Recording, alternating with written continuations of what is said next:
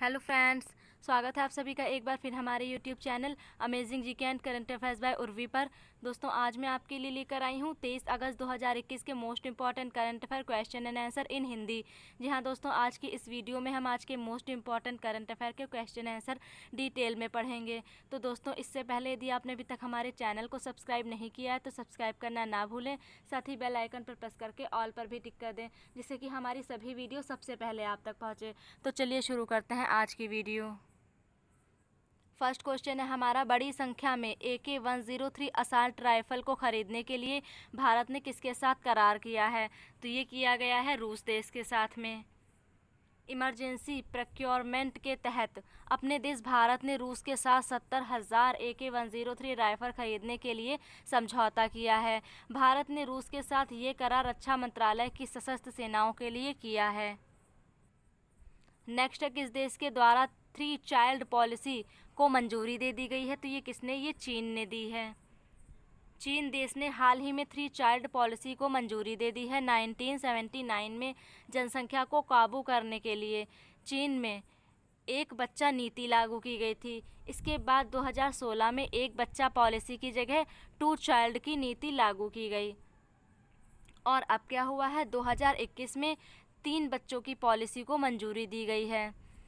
चीन के अधिकारियों की माने तो 3 दशक से भी ज़्यादा समय में लागू की गई एक बच्चे की नीति ने 400 मिलियन जन्मों को रोक दिया। और तीसरी बार बाल नीति एक नीतिगत बदलाव है। इसका मुख्य उद्देश्य है सबसे ज़्यादा आबादी वाले देश यानी कि चीन में जन्म दर में भारी गिरावट को रोकना।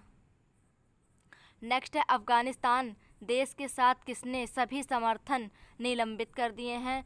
तो दोस्तों, अफ़गानिस्तान से रिलेटेड बहुत ही क्वेश्चन आते रहते हैं, तो आप इन्हें ध्यान से देखिए।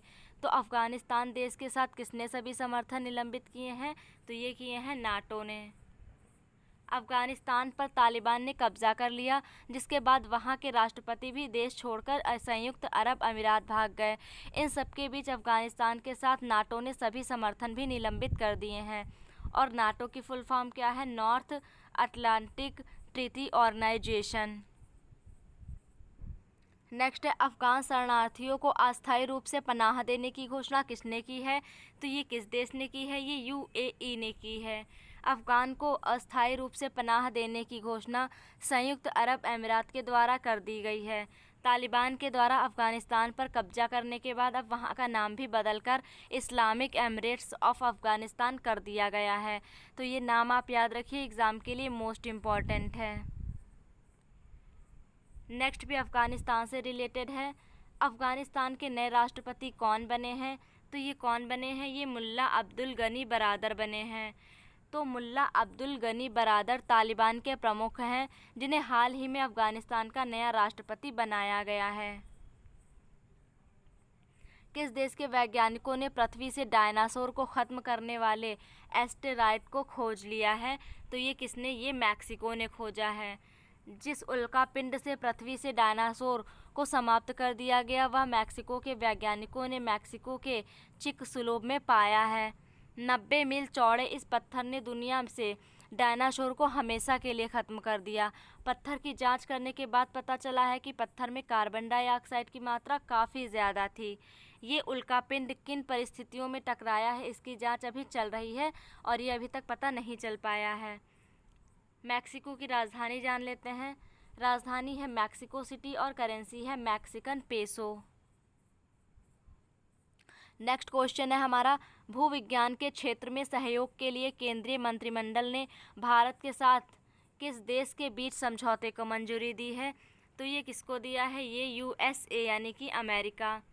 भूविज्ञान के क्षेत्र में सहयोग के लिए भारत और अमेरिका के बीच समझौता ज्ञापन पर मंत्रिमंडल ने बुधवार को मंजूरी दे दी है।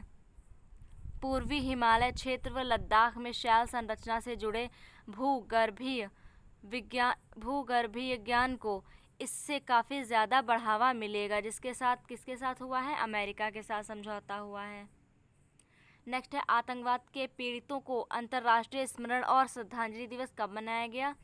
तो ये कब मनाया गया है? 21 अगस्त को मनाया गया है, याद रखिए।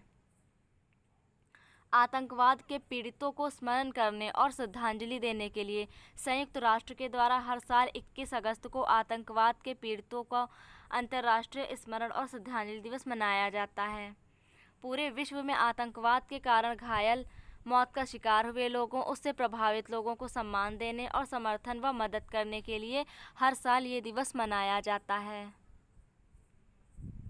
दोस्तों, मैं जितने भी एक्स्ट्रा फैक्ट बताती हूँ ये आप ज़रूर याद रखिए, क्योंकि ये भी एग्ज़ाम के लिए मोस्ट इम्पॉर्टेंट है और आपके एग्ज़ाम में पूछे भी ज़रूर जाएंगे। नेक्स्ट है, स्टील और खनन कंपनी आर्सेलर मित्तल ने 1 लाख करोड़ के निवेश की घोषणा किस राज्य के लिए की है? तो ये किस राज्य में किया जाएगा? ये गुजरात में। गुजरात राज्य के लिए स्टील और खनन कंपनी आर्सेलर मित्तल ने 1 लाख करोड़ के निवेश की घोषणा कर दी है।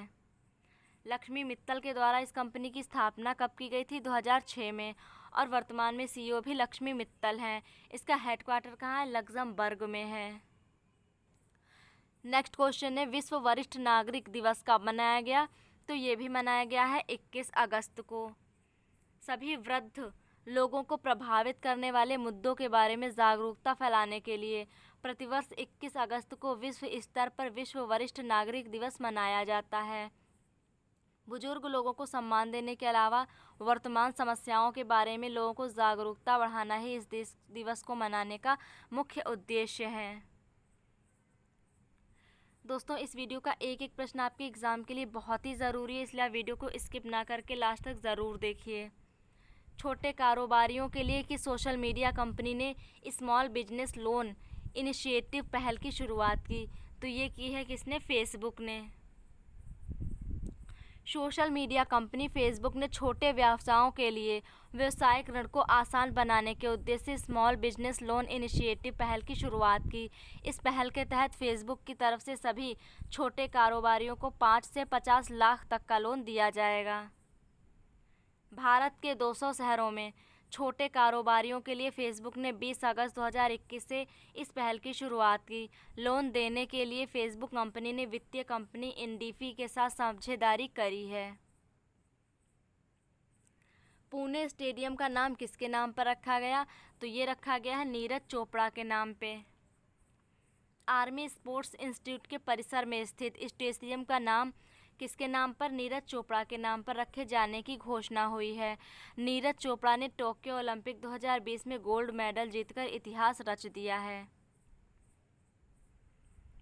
वनस्पति वैज्ञानिकों के समूह के द्वारा किस द्वीप समूह में अम्ब्रेला हेड वाली शैवाल प्रजाति की खोज की गई है?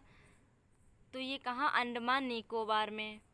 वनस्पति वैज्ञानिकों के एक समूह ने अंडमान निकोबार द्वीप समूह में एक अम्ब्रेला हेड के शैवाल प्रजाति की खोज की, जो कि एक चमकीले हरे रंग का शैवाल है। इसका आकार 20 से 40 मिमी है। अंडमान निकोबार द्वीप समूह प्रवासियों का केंद्र स्थल होता है और समुद्री जैव विविधता से भी काफ़ी ज़्यादा समृद्ध है ये। नेक्स्ट है, आयुष्मान योजना के तहत अस्पताल में भर्ती हुए लोगों की संख्या कितने तक पहुंच गई है? तो ये कितने? ये 2 करोड़ तक पहुंच गई है। आयुष्मान भारत योजना की शुरुआत कब हुई थी? 2018 सितंबर में हुई थी। इस योजना के तहत अस्पताल में भर्ती होने वालों की संख्या 2 करोड़ तक पहुंच चुकी है। पूरे देश भर में संस्कृत सप्ताह का आयोजन कब से कब तक किया जा रहा है? तो ये मोस्ट इम्पॉर्टेंट क्वेश्चन है, याद रखिए। किया जा रहा है 19 से 25 अगस्त तक।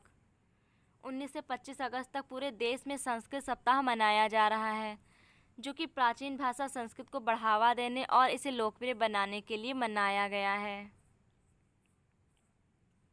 ब्रॉडकास्ट ऑडियंस रिसर्च काउंसिल यानी कि बार्क के नए सीईओ कौन बने हैं? तो ये बन गए हैं नकुल चोपड़ा। और टेलीविज़न निगरानी एजेंसी बार्क के नए सीईओ नकुल चोपड़ा बन गए हैं। नकुल चोपड़ा। हैदराबाद के DRDO की रिसर्च सेंटर इमारत के निदेशक कौन बन गए हैं? तो ये कौन बने हैं? ये बने हैं यू राजा बाबू। इनका नाम याद रखिए आप। असम राज्य सरकार ने कितनी इलेक्ट्रिक बसों को पेश करने का निर्णय लिया? तो कितनी बसों को? 200 बसों को।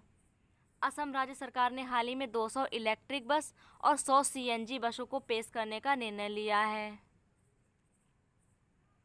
नेक्स्ट है, 105 साल पुराने लकड़ी के पुल गरतांगली पुल को किस राज्य ने फिर से खोल दिया है? तो ये उत्तराखंड में खोल दिया गया है। उत्तराखंड राज्य सरकार के द्वारा पर्यटकों के लिए लकड़ी से बने 150 साल पुराने गरतांगली पुल को खोल दिया गया है और यह 59 साल के बाद खुला है। इस लकड़ी के पुल की ऊंचाई कितनी है? 11,000 फीट।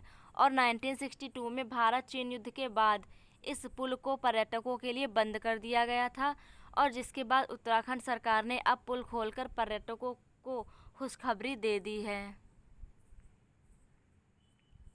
उत्तर प्रदेश में स्थित सहारनपुर विश्वविद्यालय का नाम बदलकर क्या कर दिया गया है? तो ये किसके नाम पर ये किया गया है? माँ शाकंभरी विश्वविद्यालय। ये नाम आप याद रखिए। उत्तर प्रदेश के सहारनपुर विश्वविद्यालय का नाम बदलकर माँ शाकंभरी विश्वविद्यालय कर दिया गया।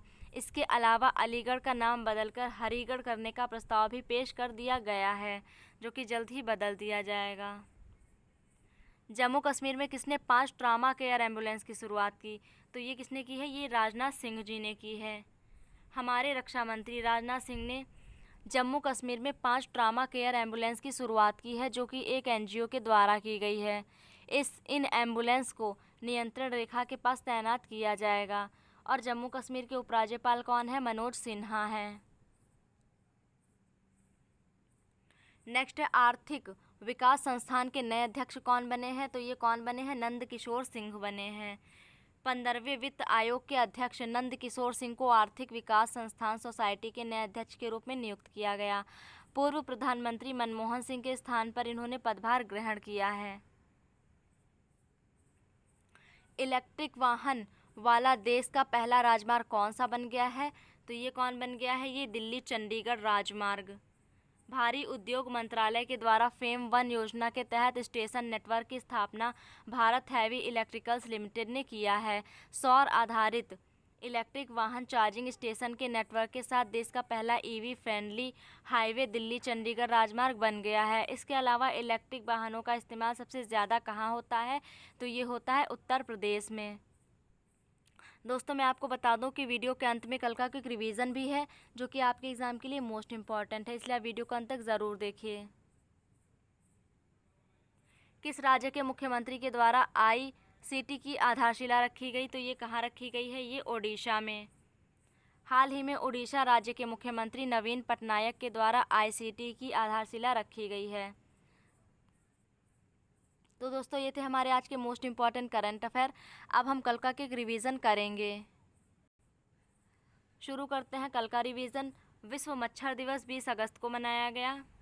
अक्षय ऊर्जा दिवस 20 अगस्त को मनाया गया। इस्माइल साबरी याकूब कहाँ के? मलेशिया के प्रधानमंत्री बने हैं। असम राज्य में वांचुला महोत्सव मनाया गया है।